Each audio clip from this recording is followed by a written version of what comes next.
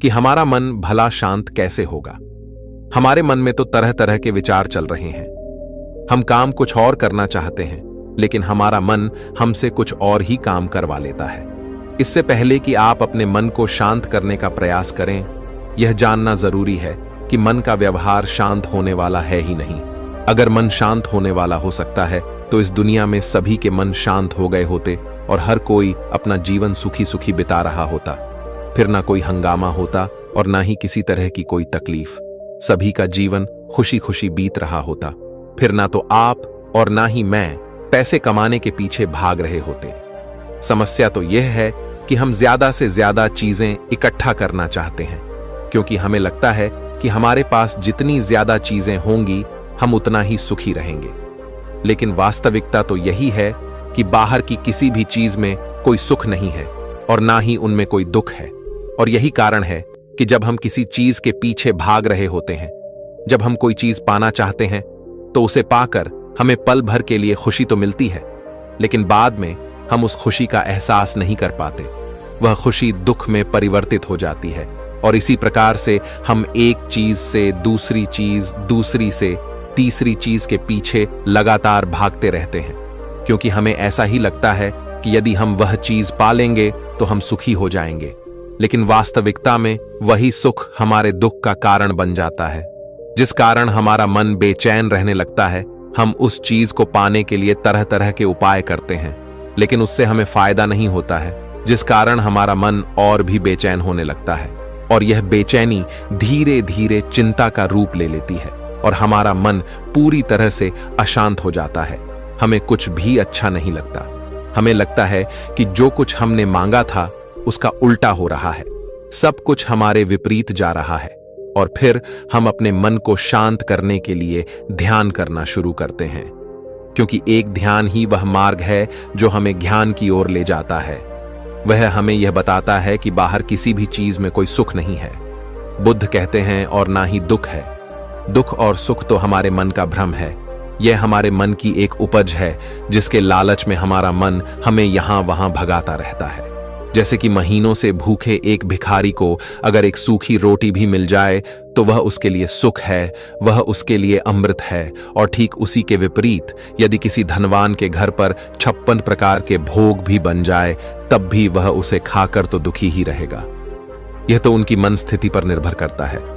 इसे और अच्छे से समझने के लिए आज की जो कहानी मैं आपको सुनाने जा रहा हूं, इस कहानी के माध्यम से आप यह समझ पाएंगे कि हमारे मन की स्थिति क्या है और हम इसे कैसे नियंत्रित कर सकते हैं।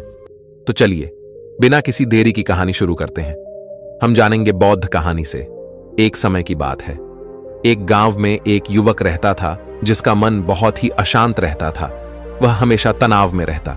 वह अपने मन को शांत करना चाहता था, लेकिन उसे कोई भी उपाय नजर नहीं आ रहे थे। उसके जीवन में कई प्रकार के दुख थे, जिनके कारण वह हमेशा तकलीफ में रहता, तनाव में रहता। एक दिन उसे पता चला कि उसके गांव में एक बौद्ध भिक्षु आए हुए हैं, जो सभी को दुख और सुख पर उपदेश दे रहे हैं। वह युवक तुरंत ही घर से निकला और उनके आश्रम जा पहुंचा। वहां पर पहुंचने के बाद उस युवक ने देखा कि वह बौद्ध भिक्षु सभी गांव वालों को उपदेश दे रहे थे। बौद्ध भिक्षु कह रहे थे कि सभी के जीवन में कोई ना कोई सुख और दुख तो आता ही रहता है, जिस कारण हमारा मन बहुत अशांत रहता है। और एक अशांत मन इस दुनिया का कोई भी सुख नहीं ले सकता, फिर चाहे उसे पूरी दुनिया की धन दौलत ही क्यों ना मिल जाए, वह उसे पाकर भी दुखी ही रहेगा। परंतु जिस व्यक्ति का मन शांत है, उसके पास चाहे कुछ भी हो या ना हो, वह हर छोटे पल का आनंद ले सकता है। वह हर पल को खुशी खुशी जी सकता है। इस दुनिया का और इस जीवन का परम सुख भी प्राप्त कर सकता है। इतना कहकर उन बौद्ध भिक्षु ने अपना प्रवचन समाप्त कर दिया और वापस आश्रम की ओर लौट गए। वो भी उनके पीछे पीछे आश्रम पहुंच गया और इस युवक ने उन बौद्ध भिक्षु से कहा, हे गुरुवर, अभी कुछ देर पहले आप उपदेश दे रहे थे कि एक शांत मन हर पल का आनंद ले पाता है, हर पल को सूखी सूखी जी पाता है। लेकिन इस दुनिया में सभी के पास मन है और सभी के मन अशांत है, तो ऐसे में भला अपने जीवन को कोई सुखी सुखी कैसे जी सकता है? इस दुनिया में शांत मन किसी के पास नहीं। मेरे पास भी एक ही मन है और वह भी शांत नहीं है। गुरुवर, क्या आप बता सकते हैं कि मैं अपने इस मन को कैसे शांत करूं। तभी बौद्ध भिक्षु ने उस युवक को ध्यान के बारे में समझाया, ध्यान के फायदे बताए और उसे कहा, बेटा, ध्यान करने से हमारा मन शांत हो जाता है। हम विचारों के दलदल से बाहर आने लगते हैं और इस कारण हमारे जीवन में सुख उत्पन्न होने लगता है। यदि तुम भी अपने जीवन में सुखी होना चाहते हो, अपने मन के इन विचारों के दलदल से बाहर निकलना चाहते हो, तुम्हें ध्यान करना चाहिए। तुम्हें ध्यान का अभ्यास करना चाहिए, क्योंकि यही वह मार्ग है जो तुम्हारे मन को शांत कर सकता है और तुम्हें सही राह पर ला सकता है। उस युवक ने उन बौद्ध भिक्षु की बात मान ली। उस युवक ने उन बौद्ध भिक्षु को प्रणाम किया और वापस घर चला गया। घर पहुंचने के बाद उसने ध्यान करना शुरू किया। वह रात भर ध्यान करता रहा, लेकिन उससे उसे कोई लाभ नहीं हुआ। इसका कारण वह अगली सुबह फिर से उन बौद्ध भिक्षु के पास पहुंचा और उन बौद्ध भिक्षु से कहता है, गुरुवर, आपके कहे अनुसार मैंने रात भर ध्यान किया है, लेकिन उससे मुझे कोई लाभ नहीं हुआ। मेरा मन तो अभी भी अशांत है। आप तो कह रहे थे कि ध्यान करने से हमारा मन शांत हो जाता है। तभी वह बौद्ध भिक्षु उस युवा से कहते हैं, ध्यान कोई एक बार करने की चीज नहीं है, यह तो अभ्यास है और धीरे धीरे समय के साथ मन शांत होता जाए। इस पर वह युवक कहता है, हे गुरुवर, मेरे पास इतना समय नहीं है। मुझे कोई ऐसा मार्ग बताइए जिससे जल्दी जल्दी मेरा मन शांत हो जाए और मैं खुशी खुशी अपना जीवन जीने लग जाऊं। ऐसे तो मेरा बहुत समय बर्बाद हो जाएगा। मुझे कुछ ऐसा बताइए गुरुदेव, जिससे मेरा मन आज के आज और अभी शांत हो जाए, जिससे मैं सुख की अनुभूति कर पाऊं, मुझे सुकून मिले। उस युवक की यह बात सुनकर बौद्ध भिक्षु मुस्कुराने लगे। उन्होंने उस युवक से कहा, बेटा, मेरे पास तुम्हारे लिए कुछ ऐसा है जिससे तुम्हारा मन अभी के अभी शांत हो जाएगा। इतना कहकर वह बौद्ध भिक्षु अपने आश्रम में गए और अंदर से एक घड़ा लेकर आए और उस युवक को थमा हुए कहते हैं, जाओ और पास की बह रही उस नदी से इस घड़े में पानी भरकर लाओ। उन बौद्ध भिक्षु के इतना कहने के बाद उस युवक ने वह घड़ा हाथ में ले लिया और नदी की तरफ जाने लगा। उसके बाद मन ही मन सोच रहा था कि लगता है यह गुरु पागल हैं, इन्हें कुछ नहीं पता। भला यह घड़ा मेरे जीवन में शांति कैसे ला सकता है, यह मेरे मन को शांत कैसे कर सकता है। लेकिन उसके पास और कोई रास्ता नहीं था, जिसके कारण उसने घड़ा लिया और पास वाली नदी के पास पहुंच गया। उसने उस नदी में से उस घड़े में पानी भरना शुरू किया, लेकिन जैसे ही उस व्यक्ति ने उस घड़े को नदी से बाहर निकाला तो उस युवक ने देखा कि उस घड़े के चारों ओर छोटे छोटे छेद है, जिससे पानी तेजी से बाहर की ओर निकल रहा था। उसने लगातार कई बार प्रयास किए, लेकिन काफी बार कोशिश करने के बाद भी वह उस घड़े को पूरा नहीं भर पाया और थक हार कर उन बौद्ध भिक्षु के पास वापस लौटा और क्रोधित होकर कहता है, गुरुवर, आपने यह कैसा घड़ा दिया है? इसके चारों तरफ तो छेद है। भला मैं इसमें पानी कैसे भरकर ला सकता हूं? जब भी मैं पानी भरता हूं, इस घड़े के छेद से सारा पानी बाहर निकल जाता है। इस घड़े को मैं पूरा नहीं भर सकता। तभी वह बौद्ध भिक्षु उस युवक को शांत कराते हुए कहता है, बेटा, शांत हो जाओ। तुम्हें तुम्हारे प्रश्न का जवाब ही तो दे रहा हूं, और यदि तुम क्रोधित अवस्था में इस जवाब को सुनोगे तो इसे समझना तुम्हारे लिए मुश्किल हो जाएगा। इसलिए शांत हो जाओ और मेरी बात समझने का प्रयास करो। यह जो घड़ा मैंने तुम्हें दिया है, इसे अपना मन समझो, और मन केवल दो ही प्रकार से शांत हो सकता है। पहला यह कि तुम उसे लबालब पूरा भर दो और उसमें कुछ भी और आने जाने की जगह ना बचे। क्या तुम इस घड़े को इस प्रकार भर सकते हो? इस पर वह युवक कहता है, हे गुरुवर, मैं इस घड़े को लबालब नहीं भर सकता, क्योंकि जब भी मैं इसमें पानी भरता हूं, सारा पानी तो छेद से बाहर निकल जाता है। तभी वह बौद्ध भिक्षु उस युवक से कहते हैं, ठीक इसी तरह हम भी अपने मन को कभी नहीं भर सकते। हम जितना इसमें डालते जाएंगे, वह सब कुछ हमारे शरीर के द्वारा बाहर आता रहेगा, फिर चाहे वह क्रोध हो, प्रेम हो या फिर दया। हम जो भी अपने अंदर आने देते हैं, वही हमारे अंदर से बाहर भी आता है। और इसीलिए मैंने तुम्हें छेद वाला घड़ा दिया, क्योंकि यह हमारे मन के जैसा ही है। और जब हम इस मन को भस्म करना चाहते हैं, तब तुम अपना समय बेकार कर रहे हो। क्या तुमने एक पल के लिए भी यह नहीं सोचा कि इसी प्रकार तो तुम अपने मन को भरने में भी लगे हुए हो? क्या इससे तुम्हारा समय बर्बाद नहीं हो रहा? क्या इससे तुम्हारा जीवन बर्बाद नहीं हो रहा? क्योंकि जिस भी चीज से तुम अपने मन को भरोगे, वह तो बाहर निकल ही जाएगा। उस युवक को अपनी गलती का एहसास हुआ। वह तुरंत उस बौद्ध भिक्षु के चरणों में गिर गया और उस बौद्ध भिक्षु से कहता है, गुरुवर, आपने सच कहा। मैंने कभी भी इसके बारे में नहीं सोचा कि मैं अपना जीवन अपने आप ही बर्बाद कर रहा था। ठीक है, मैं तो इस बात से अनजान था, लेकिन आज आपने मेरी आंखें खोल दी। परंतु गुरुवर, अगर यह मन को पूरी तरह भरने का पहला तरीका मन को शांत नहीं कर सकता, तो मन को शांत करने का दूसरा तरीका कौन सा है?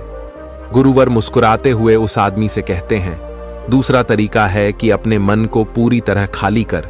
इस पर वह व्यक्ति कहता है, गुरुवर, आप ही मुझे बताइए कि मैं अपने मन को खाली कैसे कर सकता? तभी बौद्ध भिक्षु कहते हैं, बेटा, यह तो बहुत ही सरल है। बाहर का कूड़ा अपने भीतर मत जाने दो। इस प्रकार तुम्हारा मन अपने आप ही खाली हो जाएगा। वह व्यक्ति कुछ देर सोच विचार करने के बाद बौद्ध भिक्षु से कहता है, हे गुरुदेव, यह कैसे संभव है?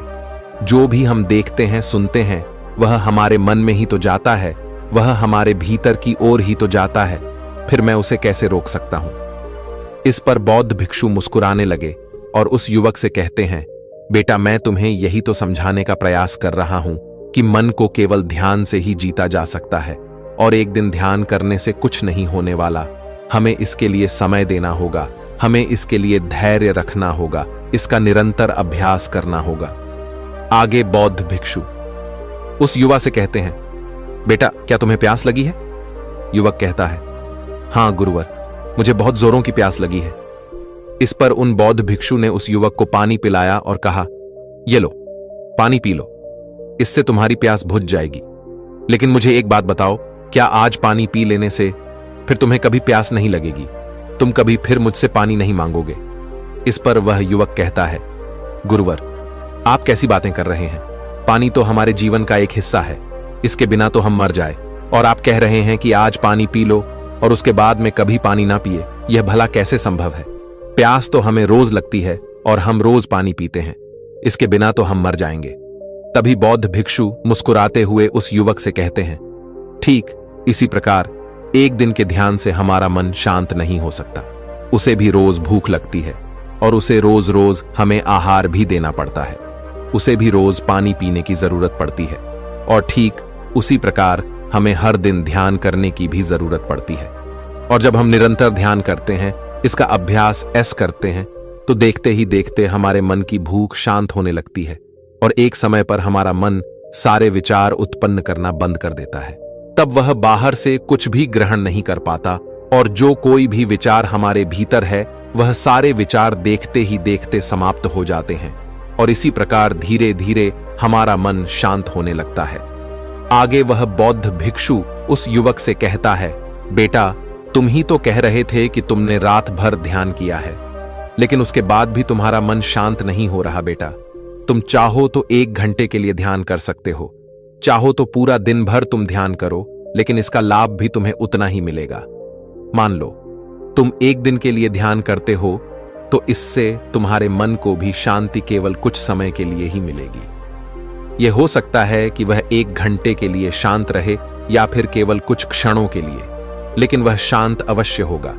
लेकिन जैसे ही उसे फिर से भूख लगेगी, वह फिर से अशांत हो जाएगा और फिर से यहां वहां भागने लगेगा और वह अपने विचारों की तलाश में आगे बढ़ेगा, क्योंकि उसे भी तो भूख लगी है, उसे भी तो खाना चाहिए, उसे भी तो पानी चाहिए। जैसे कि जब तुम्हें भूख लगती है, तुम शांत हो जाते हो, क्योंकि तुम्हें भोजन चाहिए, पानी चाहिए, ताकि तुम अपने पेट की भूख को मिटा सके और तुम्हें शांति मिले। इस पर वह युवक कहता है, आप सत्य कहते हैं, मैं ही गलत था, मेरी ही गलती है। मैं अपने मन को अवश्य शांत करके रहूंगा, फिर चाहे इसके लिए मुझे कितना भी समय क्यों ना लग जाए। मैं भी उस सुख को प्राप्त करके ही रहूंगा। मैं इस खाली घड़े में पानी भरकर अपने जीवन को बर्बाद नहीं करना चाहिए। मैं अपने मन को शांत करके ही रहूंगा। मैं अपने मन को पूरी तरह से खाली कर दूंगा। इतना कहकर उस युवक ने उन बौद्ध भिक्षुओं को प्रणाम किया और वापस अपने घर की ओर लौट गया। दोस्तों, हम लोगों के जीवन में भी कई प्रकार की समस्याएं हैं और हम उन समस्याओं का समाधान करना चाहते, और अंत में हमें जो मार्ग मिलता है वह ध्यान है। हम ध्यान तो करना चाहते हैं, लेकिन हम उसके परिणाम को तुरंत पाना चाहते हैं। जब हम शुरू में ध्यान करते हैं तो हमें उसका कुछ भी लाभ नहीं मिलता। और हमें लगता है कि यह व्यर्थ है। दोस्तों, हम लोगों के जीवन में भी कई प्रकार की समस्याएं हैं और हम उन समस्याओं का समाधान करना चाहते, और अंत में हमें जो मार्ग मिलता है वह ध्यान है। हम ध्यान तो करना चाहते हैं, लेकिन हम उसके परिणाम को तुरंत पाना चाहते हैं। जब हम शुरू में ध्यान करते हैं तो हमें उसका कुछ भी लाभ नहीं मिलता और हमें लगता है कि यह व्यर्थ है, इससे हमें कोई भी फायदा नहीं होने वाला, क्योंकि हमें तो सब कुछ जल्दी जल्दी चाहिए। लेकिन वास्तविकता तो यही है कि ध्यान सब्र और समय मांगता है, और साथ ही उसे शांति भी चाहिए। परंतु हम इतने अशांत हैं कि हमारे भीतर यह तीनों चीजें नहीं हैं। इसीलिए अपने भीतर धैर्य पैदा करें। जब आपके भीतर धैर्य पैदा होगा, तभी आप सब्र, समय और शांति के महत्व को समझ पाएंगे, और फिर आपका समय चाहे कैसा भी क्यों ना चल रहा हो, आप हर समय खुश रहना सीख जाएंगे। अगर आपका मन अशांत है तो यह किसी और के हाथों में नहीं है कि वह आपके मन को शांत कर सके। यह तो आपके हाथों में है कि आप अपने मन को किस प्रकार और कितनी देर तक के लिए शांत कर सकते हैं। दोस्तों, आपने आज के इस वीडियो से क्या सीखा, वह मुझे आप कमेंट में बता सकते हैं। इसी के साथ उम्मीद है कि आपको आज की वीडियो पसंद आई होगी, तो इस वीडियो को उस इंसान को शेयर करें और उसी के ठीक बाद चैनल को सब्सक्राइब करें। तो चलिए फिर मिलते हैं ऐसी एक और नई वीडियो में। तब तक के लिए अपना ख्याल रखें। धन्यवाद।